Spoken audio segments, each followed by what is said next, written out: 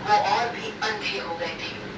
वो नहीं चाहते थे कि युद्ध भूमि पर अब दोनों भाइयों के बीच किसी प्रकार का समझौता हो। लेकिन इस धर्म युद्ध को लड़ने के लिए स्वयं भगवान श्री कृष्ण पांडवों के साथ थे, जिसका डर धृतराष्ट्र को व्याकुल कर रहा था। वो जानते थे कि जहां श्री कृष्ण है वहीं धर्म की जीत होती है। अब तो बस अपने पुत्रों के भाग्य को लेकर आश्वस्त होना चाह रहे थे। आजकल के बच्चे जो है हिंदी नहीं जानते, संस्कृत तो बहुत दूर की बात है, हिंदी को भी बहुत अच्छे से नहीं समझते हैं। उनके लिए उनके हिसाब से बहुत ही अच्छे, बहुत अच्छा है, बहुत अच्छा। Dhritarashtra said, "O Sanjaya, what did my sons and Pandu's sons do when they gathered for the battle at Dharmabhumi, holy ground Kurukshetra?" अब इसमें विशेष रूप से क्या है, जैसे कि आज भगवान ने 5200 साल पहले संस्कृत में कहा था श्लोकों को, लेकिन संस्कृत ना हम पढ़ पाते ना संस्कृत के बारे में बहुत अच्छे से भावार्थ समझ पाते। जबकि भगवद गीता सभी धर्मों के लिए प्रेरणास्पद है, मोटिवेशनल किताब की तरह। सबसे ज़्यादा अगर किसी ग्रंथ में शोध हुआ है तो वो गीता जी तो हर अध्याय का हुआ, हर अध्याय में और हर श्लोक में हो रहा है। आज भी उसका लगातार उसमें ब्रह्मांड में उसके वाक्यों को भगवान के जोड़ने का प्रयास किया जा रहा है। लेकिन यहाँ पे हम ये डिवाइस के माध्यम से संस्कृत को न केवल हम पढ़ सकते हैं सही उच्चारण करके, बल्कि हर शब्द का सही भावार्थ भी यहाँ पे निकलता है। जैसे यहाँ पे हमने एक शब्द है टच किया इसको, मतलब इसको दोबारा टच करते हैं तो इसका ट्रांसलेशन होता है युद्ध की इच्छा वाले मामका मेरे संजय किम कुर्वत क्या किया। तो प्रत्येक शब्द का यहाँ पे पहले प्रोनाउंसिएशन फिर ट्रांसलेशन। अब जैसे आज हम मैं वही बता रहा हूँ, जैसे हम भगवत जी रामायण श्री रामचरितमानस को तुलसीदास जी ने लिखा था और वाल्मीकि जी ने रामायण लिखा था, लेकिन ज़्यादा जो पॉपुलर हुआ वो श्री रामचरितमानस तुलसीदास जी का, जो कि अकबर काल में उन्होंने लिखा था 400 साल पहले।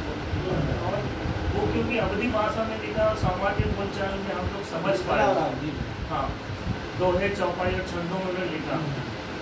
भगवद गीता चूंकि संस्कृत नहीं थी, ये जो मीनिंग लिखा है किसी ने इसका भावार्थ लिख दिया, लेकिन इन शब्दों का सही मीनिंग निकाल के हमारे जीवन से संबंधित करके हम अपने लिए कौन सी समाधान निकाल सकते हैं, समस्याओं में उसका सही अर्थ निकाल सकते हैं मेरे जीवन संबंधित। वो तभी समझ में आता है जब संस्कृत को भावार्थ पढ़े, है ना।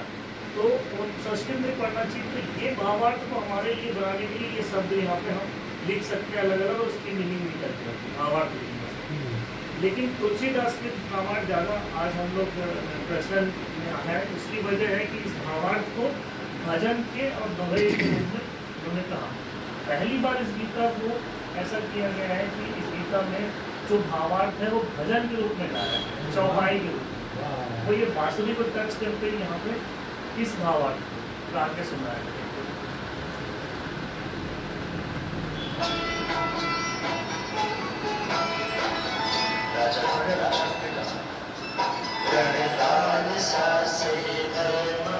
कुरुक्षेत्र में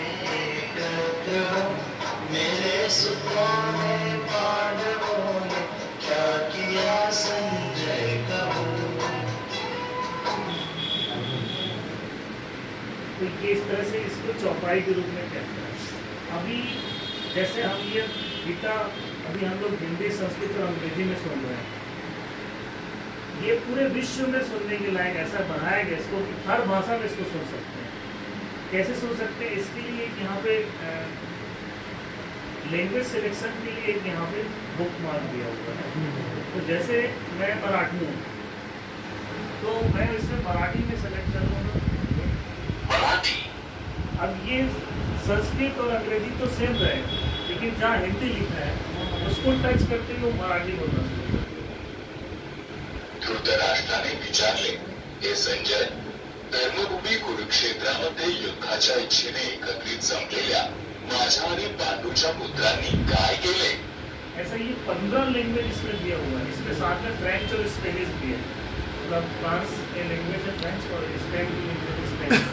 इन भाषाओं में से पढ़ सकते हैं, तो कोई भी लैंग्वेज सेलेक्ट कर सकते हैं। अब खास बात है कि हम यहाँ जहाँ जहाँ टच कर रहे हैं हमारे पांचों इंद्रियाँ एक तरह से एक्टिव हो रही है। पेटी में भी देख सकते थे, लेकिन यहाँ पे इंद्रियाँ एक्टिव है, हम मंत्र को देख भी रहे हैं और सुन भी रहे हैं और पढ़ भी रहे हैं और स्पर्श भी कर रहे हैं एक तरह से अनुभव पूरा हो रहा है।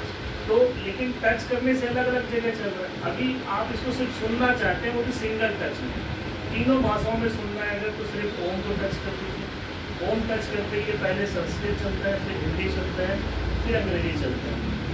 एक ओम को टच करके एक श्लोक की पूरी तीनों आवाज को गाएगा, लेकिन आपको ये पूरा एक बार नहीं सुनना है हर अध्याय, तो ये पूरा अध्याय ये शुरू में संघ बने हुए हैं।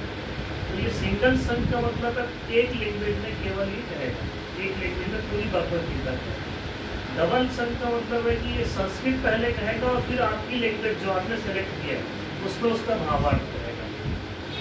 मयूर कुंड का मतलब विस्तृत भावार्थ में पूरी गीता कहेगा, और बांसुरी का मतलब है कि भजन के रूप में पूरी गीता चौपाई की तरह कहेगा। जैसे यहाँ पे हम यहाँ टच किए तो सुन रहे, ये एक पहले श्लोक से स्टार्ट करेंगे।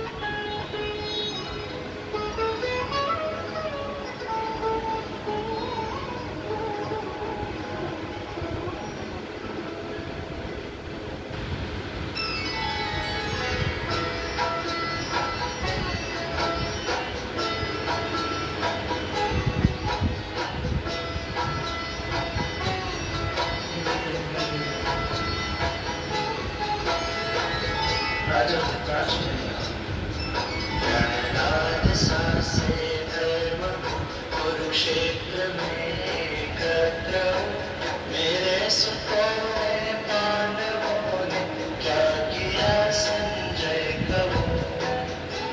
दूसरे भाव संजय ने कहा, तब देख कर पांडव कटक को व्यूह रचना साज से इस भांति दुर्योधन बच कहने लगे गुरुराज से।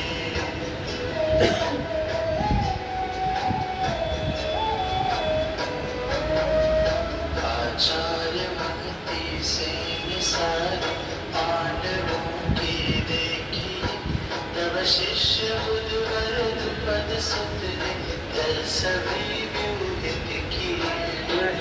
चलता जाएगा पूरा एक।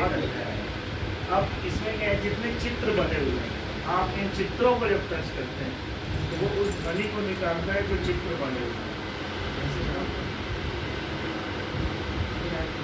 जैसे ये गौ माता हमने टच किया।